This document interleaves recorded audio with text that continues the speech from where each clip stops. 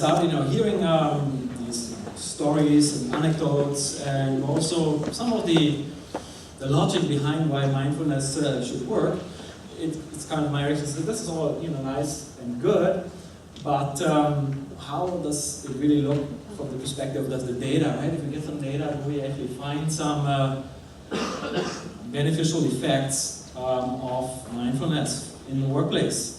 And that's basically what I set out to kind of investigate more and try to get some data on. So I want to share with you some of the results, basically from 2 studies that are quite different.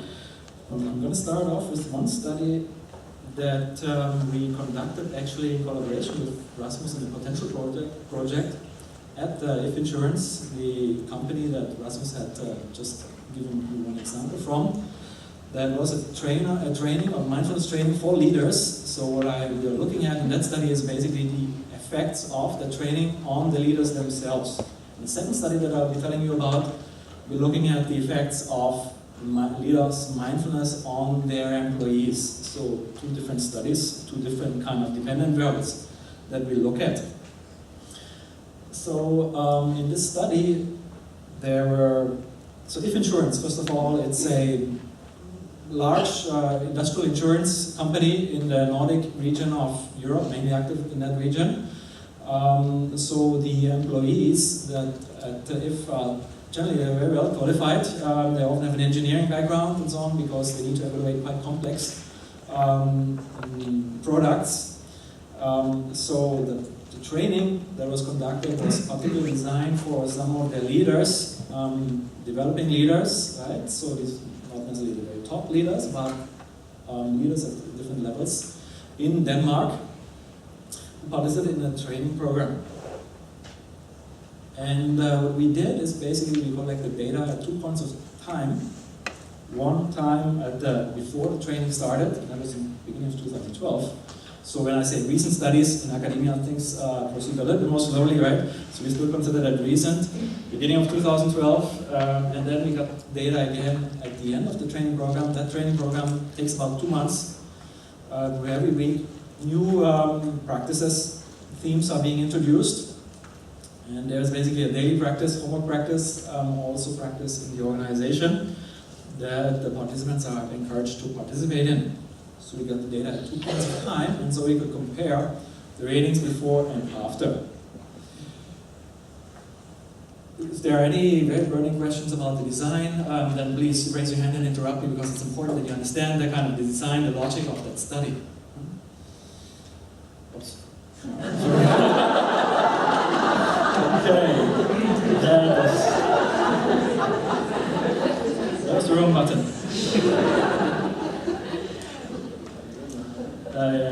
Hopefully it's still in the moment. Okay, now I'm back to the moment. Now, having jumped ahead to the end, coming back to the moment, the present moment. Okay, that's wonderful. So one thing that we asked is basically kind of a manipulation check, more or less. Mindfulness, you heard already from Rasmus about what it is. What we did, we basically said, well, we're looking at 4 different aspects of mindfulness that are relevant. One we call internal awareness, so being awareness, for example, of your emotions, of your feelings, of your thoughts. One we call external awareness in the workplace, for example, it's being aware of your colleagues, right? What they're doing and how they are and so on. The third one is having focused attention, right? So when you do working on something, can you really focus your attention on that? And the fourth one is absent-mindedness, kind of the opposite, working on autopilot, right? Just doing things, not even know that you're doing them, and again, so what was I just doing the last 10 minutes and so on, right? So these 4 components we measured before and after, and you can see that basically we measured them on a 7-point scale. And these results are all what we call statistically significant, right? So they all were significantly higher for the first 3 and significantly lower for the 4th measurement after the training, right? So basically it suggests that the participants did feel like it benefited them. Based on the self-reports, it benefited their various aspects of their mindfulness going through that training program. Now, this may be more interesting. We also had some additional measures of their job satisfaction, right? How satisfied they were, and actually, wow, 7-point scale, those If Insurance employees are really very, very satisfied. They're already starting off with 6, right? It's kind of a little bit hard to get an effect there. when everybody is so satisfied already. So maybe you want to apply to that company, right? Emotional commitment to the organization also went up, so people felt more emotionally committed to the company, right? Feeling positive about being part of the company, and so on. Emotional exhaustion went down afterwards, after the training. So it wasn't that high at the beginning, but there was still a substantial level, and it came down significantly. So people felt less emotionally drained from the work, right? Less likely to get burned out from the work. And then finally, the supervisors rated their, what we call the organizational citizenship behaviors, their willingness to help others, going over and above their kind of job description. So that was rated by their participant supervisors, not themselves, and that was rated higher. So the supervisor thought that these leaders were actually being more willing to help, providing more organizational citizenship behaviors to the organization and to do their colleagues, to others. So they were more willing to help out. So I thought these were very encouraging findings. We had some additional findings. So this is just basically a correlation shown over the number of minutes people practice. As Rasmus mentioned, 10 minutes per day. So we asked them, self-reported later on, how much did you actually practice per week? And then we simply summed it up. So if they practice 10 minutes a day, it would be 70 minutes per week if they included the weekend, right? If you do it for 8 weeks, so that adds up. So, and basically what we found is for a lot of variables, we found that practice actually matters. So basically it's not just being part of the training, but it actually matters whether you actually, as Rasmus says, sit down, right? Whether you do that practice. And that refers to the formal practice, right? There was a formal practice of formal mindfulness training, in addition then to possibly doing the application, right? So it really seems like, well, the more you do, the more you benefit, right? The more you practice, the higher the minutes, the lower the turnover intention, so the less likely people, and that's an indication of how unhappy partly people are with their jobs, so less likely to look for employment elsewhere. Basically, they're quite happy to stay. And similar, again, for these organizational citizenship behaviors, are quite strongly correlated to their reported mindfulness practice in minutes. So these were quite encouraging findings, I would have to say. Some caveats. One problem is that the sample size was relatively small, so we'd like to get similar data from a larger group and replicate this. And what we also like to get is, of course, data from a control group that is a really, really good control group, a kind of a control group, right? Where we then can compare, right? And rule out the possibility that partly there are kind of social demand effects or desirability effects that people just get higher ratings. So it's an encouraging study, and it's kind of for us the beginning, and very much kind of exciting to try to get more such data, working with organizations who are willing to do that, and not just doing the mindfulness training, but also doing the research, which is really essential, I think, to establish whether this actually works and what effect it has. Okay. So moving on to the second part. So this was basically the leaders themselves were doing the training and rating how satisfied they were and so on. So then we were kind of interested in finding out, well, what about influence on others, right? Leaders are very much, the point of having leaders is that they do something good for the organization, right?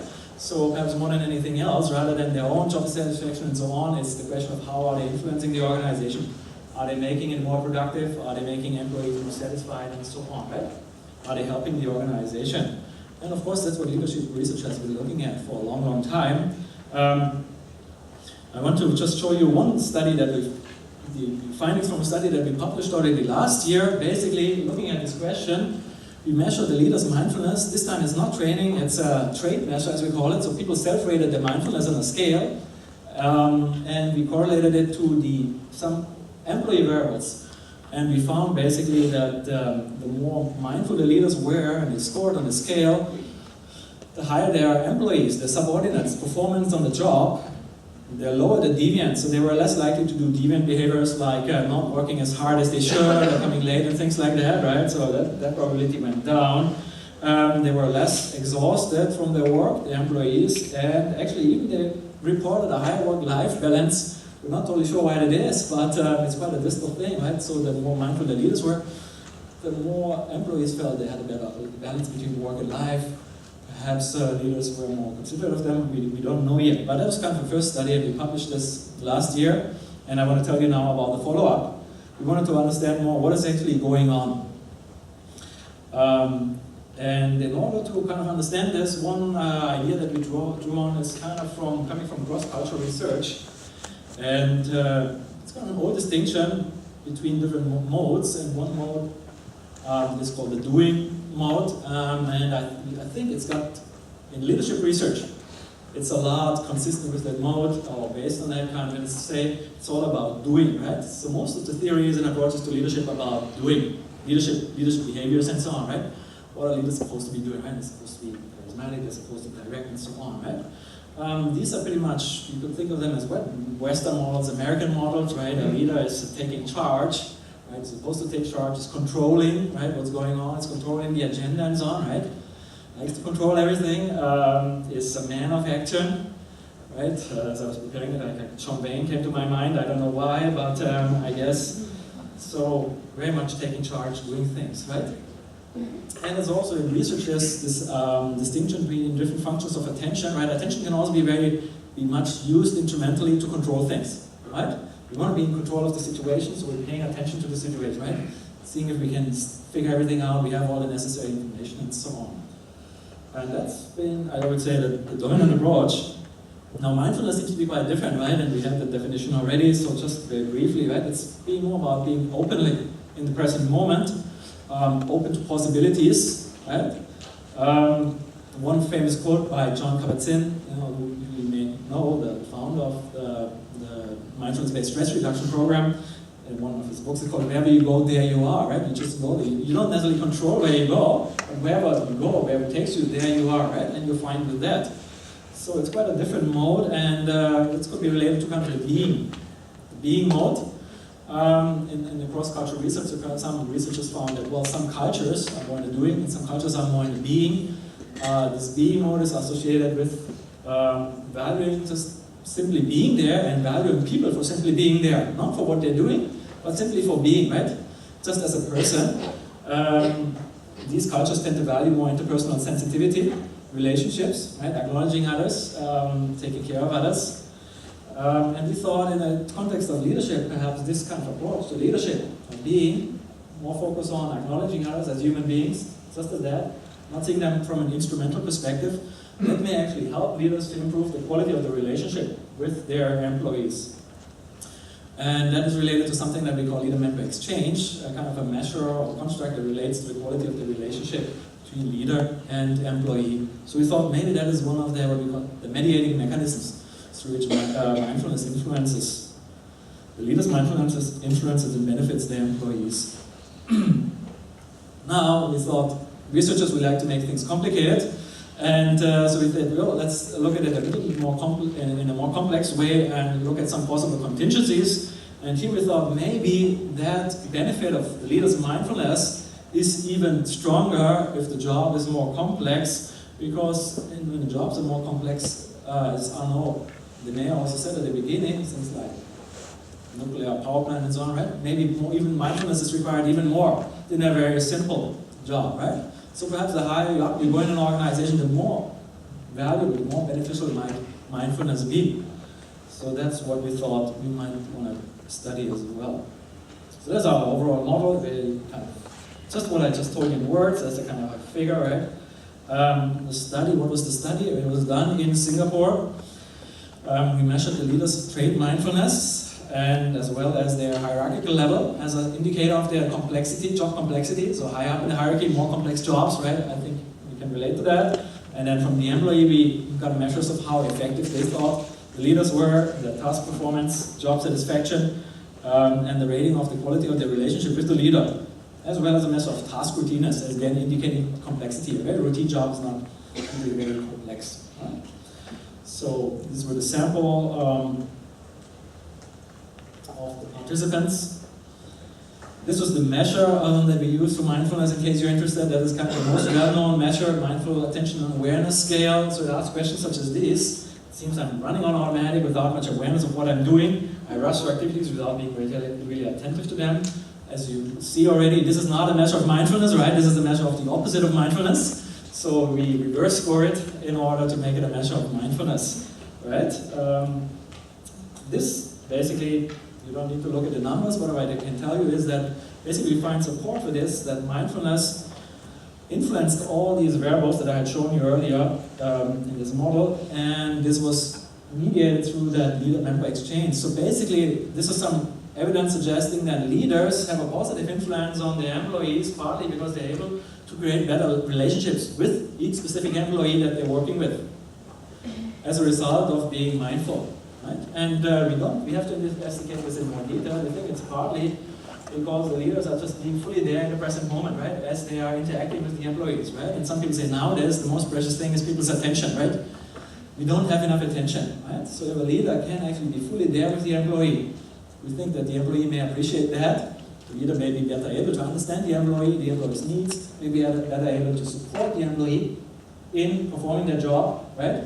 And also in helping them perhaps overcoming problems. And as a result, the employees appreciate that. They think that the leader is being more effective. They rate the quality of the relationship higher and they perform better. And they're more satisfied with their job. Right? So, and in addition, just very briefly, we did find, when it comes to relation to employee performance, that basically this graph means that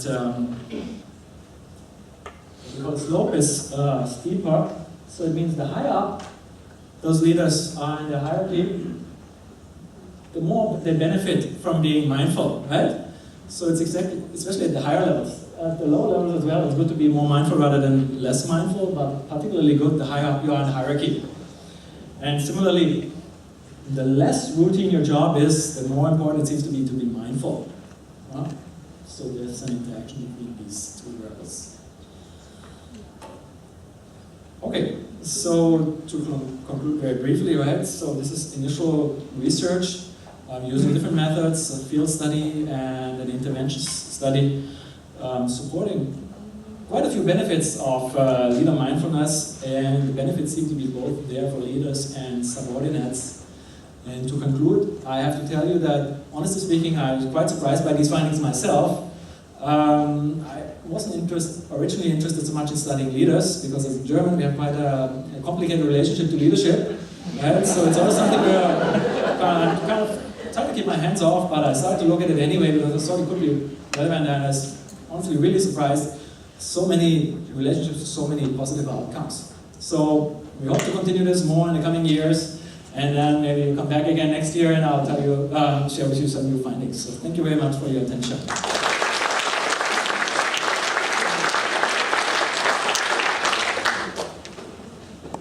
Came to mind when you were presenting the data was what kind of characteristics and what kind of training, if any, was part of the research study in terms of enabling leaders to be mindful?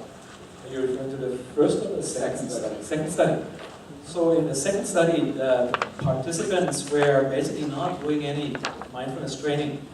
So we just asked them to self-report their level of mindfulness. So most of them hadn't done any mindfulness training at all. But for whatever reasons, right, their mindfulness differs. Could be, and we don't actually quite know yet what other than mindfulness. We know that mindfulness training is useful to increase mindfulness, right, as in the first study and many other studies. But apart from that, we quite don't know yet what. Is it genetic, or is it some experience they had in life, some personal practice that we simply have done? So it just varied, and based on that variation, we found that their employees also varied on the variables of job satisfaction and so on. But all researchers have hypotheses. So what would your hypothesis be as to what would they mean by mindfulness when they were scoring themselves maybe higher? Yes, that's a good question. Very critical question. Wow. Exactly. Get this from other researchers as well a lot. If you look at that scale, right, it's quite frankly, it's not measuring mindfulness, it's measuring absent-mindedness, right? So the way I think of it is absent-mindedness is one aspect of mindfulness, right? It's an absence of mindfulness, but it's not the whole picture, right? I think mindfulness is a broader construct, and we have to explore it more. For example, does it relate to that the focused attention only, or actually the awareness, right? Being aware of what you're doing, being even aware of when your mind is drifting off and so on. So I think that basically refers to that being on autopilot. So basically, people who are on autopilot a lot, they're not doing a very good job as leaders, right? So actually in some other research, we distinguish between absent-mindedness and awareness, and we find that being absent-minded is related to some bad things. So, for example, the higher obedience employees score highly on absent-mindedness and higher obedience. And when they score higher on awareness, that's not necessarily just the opposite. That's more related to positive things, such as, I believe it was positive affect, for example. It's positively related to being aware of what you're doing, whereas an absent-mindedness was related to negative affect, not feeling well. So it's basically that aspect of just doing things on autopilot. Thank you. I have an empirically untestable hypothesis. It's a residue from past life.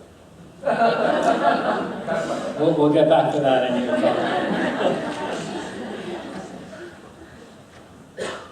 Hi, Anne Florini, School of Social Sciences. I have a question on your first study, just a question about the study design, because I found the results fascinating. But I'm wondering, particularly given that correlation between the number of minutes spent in mindfulness training and employee satisfaction, which was a very dramatic finding, was there any control for the possibility that the reason that the employees were so satisfied is because they had bosses who were letting them spend that much time not working?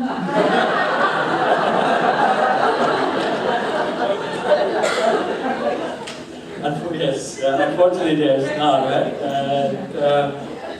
So that's why I'm saying we really need better designs, right? So we need organizations that are willing to collaborate on research that has larger sample size. I wouldn't control it because you can't rule these things out, right? A simple before and after design is not the very strongest, right? It's exciting to find, but it's something we need more replication and confirmation. It could be, potentially, right? It could be that they won't have more time to practice. They're also more satisfied, yes. Absolutely right. Question in the front? I'm Jovina. Were there any differences in terms of gender for mindfulness? That's a good question. Not in our research.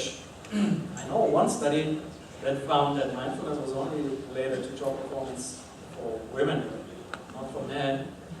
It wasn't quite plausible to me. And we have not replicated in several data sets. So we haven't really found that difference. But it's a different issue, I think, when it comes to participating in a mindfulness training program, perhaps. And Rasmus, we had some conversation once, right? That sometimes women and men have different expectancies. They expect different things from the training. They be more or less open to it, partly because of some stereotypes around mindfulness, right? Where, especially for example, life insurance, where I once interviewed people there and wrote a case study about it. Actually, it was the engineers, the male engineers, who were quite hesitant at the beginning. They were quite skeptical. But then they also thought, well, let's give it a try. And when they did try, they did find some benefits of it. Versus some of the women, but we don't know how much it is related to stereotype. Some of them were more open to it from the beginning, in terms of the technical software. It was interesting to see how the engineers have been started up with a very high level of internal awareness. I guess that's not really a normal stereotype. I'm not an engineer. Okay, any other questions? Maybe I'll ask one because, there's one in the back. There's a mic there. Hi, Marcus from SMU. Question that there's an assumption that there's a monotonic relationship between job complexity and the hierarchy in the organization. Is it more inverted view than? I mean, I agree that the scope of responsibility keeps increasing as you go up the hierarchy, but in terms of degree of control and complexity, would it be possible to be inverted view instead? The other question or related point to this is the effect of your second study where you show the leaders with high mindfulness perform better, but were there, I guess, business outcome measures and not just self-reported measures available? For the second study? Yeah, second study. So, Because like the second study showed that employees benefit from having mindful leaders, or leaders with high degrees of mindfulness. so Yeah. great, thank you. Thanks for asking. In the second study, the performance measures were also based on the leaders. So now you have a bit of a problem of, common source that the leaders rated their mindfulness and they also rated the employees' performance. So that's problematic, but the good thing is the leader-member exchange ratings that acted as the mediators, they were actually rated by the employees, right? So we're getting the findings from different sources of the ratings to protect from the possibility that, well, maybe those leaders who scored themselves as more mindfully, maybe they are somewhat deluded and think that their employees are also performing better, perhaps because they're better leaders or something like that. Partly we can protect against this because some of the dependent variables are coming from the employees, such as the job satisfaction, partly because the leader-member exchange rate, the ratings of the quality of the relation between the leader and the employees are also coming from the employee. Right? So coming to your first question, yes, the measures that we use for job complexity were really just proxies, right? That's possible, and we have to examine it more. I think from a practical perspective, it's quite interesting that the higher up you go in the hierarchy, that the more important mindfulness becomes. Is it the best measure of job complexity? Well, maybe not. Again, this is initial research. We need to look at this with more measures, with additional measures, and so on in a more refined way. Thank you. Okay, last question. My name is Charles Chow. Just two questions. First of all, is that do you have a control group in your test or in your analysis? Because some placebo effect as well. So maybe if you could have that and clarify that. Second thing is that in all this, I see mindfulness either as an act or an art. So as an act in different forms, you mentioned that how you are, you must be more mindful. I challenge that. But the important thing now is that are you now testing mindfulness as an act or as an art? In art, I think you mentioned, Brown and Brian have a certain scale, a negative scale. So very soon we have a Jochen scale for certain art. So maybe I want to get more bite, in this research. Thank you. Thank you. Well, you're posing a tough challenge, right? And I think, especially when it comes to mindfulness, well, I don't know, especially, but when it comes to mindfulness, from a research perspective, it's not easy to study mindfulness, I would say, right? And a lot of people are quite think it can't be studied, right? And it doesn't make any sense to ask people questions to rate their mindfulness and so on and use this.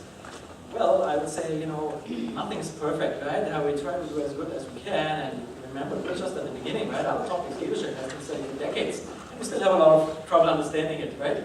A lot of fundamental questions are not being solved. So I think similarly, mindfulness is if you think of it as a fundamental state of consciousness or mode of being, yeah, necessarily it's very complex, it's going to be hard to study, and we just have to make efforts, the evidence accumulates. Other people have better ideas, right? They will say, well, this is the beginning of this research, this was not very good, right? And it's probably what we're going to be saying in 10 years from now. So we're making progress, but we're doing it just by doing, right? In a sense, by and then revising. So, but can we really totally mirror the art of mindfulness in the research? Probably not. For me, at least, it's questionable. But that doesn't mean I throw my hands and don't study it at all, right? I just try to do it, and I try to find something interesting. And hopefully others will do so as well. And hopefully we'll improve, right, on whatever we are doing right now and learn more. I think the point is not to kind of have a competition between the researchers and the practitioners and so on, right? And one is right and the other is wrong. I think we try to, work together and collaborate and kind of acknowledge each other's perspective and hope to support each other, and hopefully we can learn from each other and be open to suggestions on how to do things better, right? And I think that's the way to do this. Yeah. Great. Thank you, Jochen.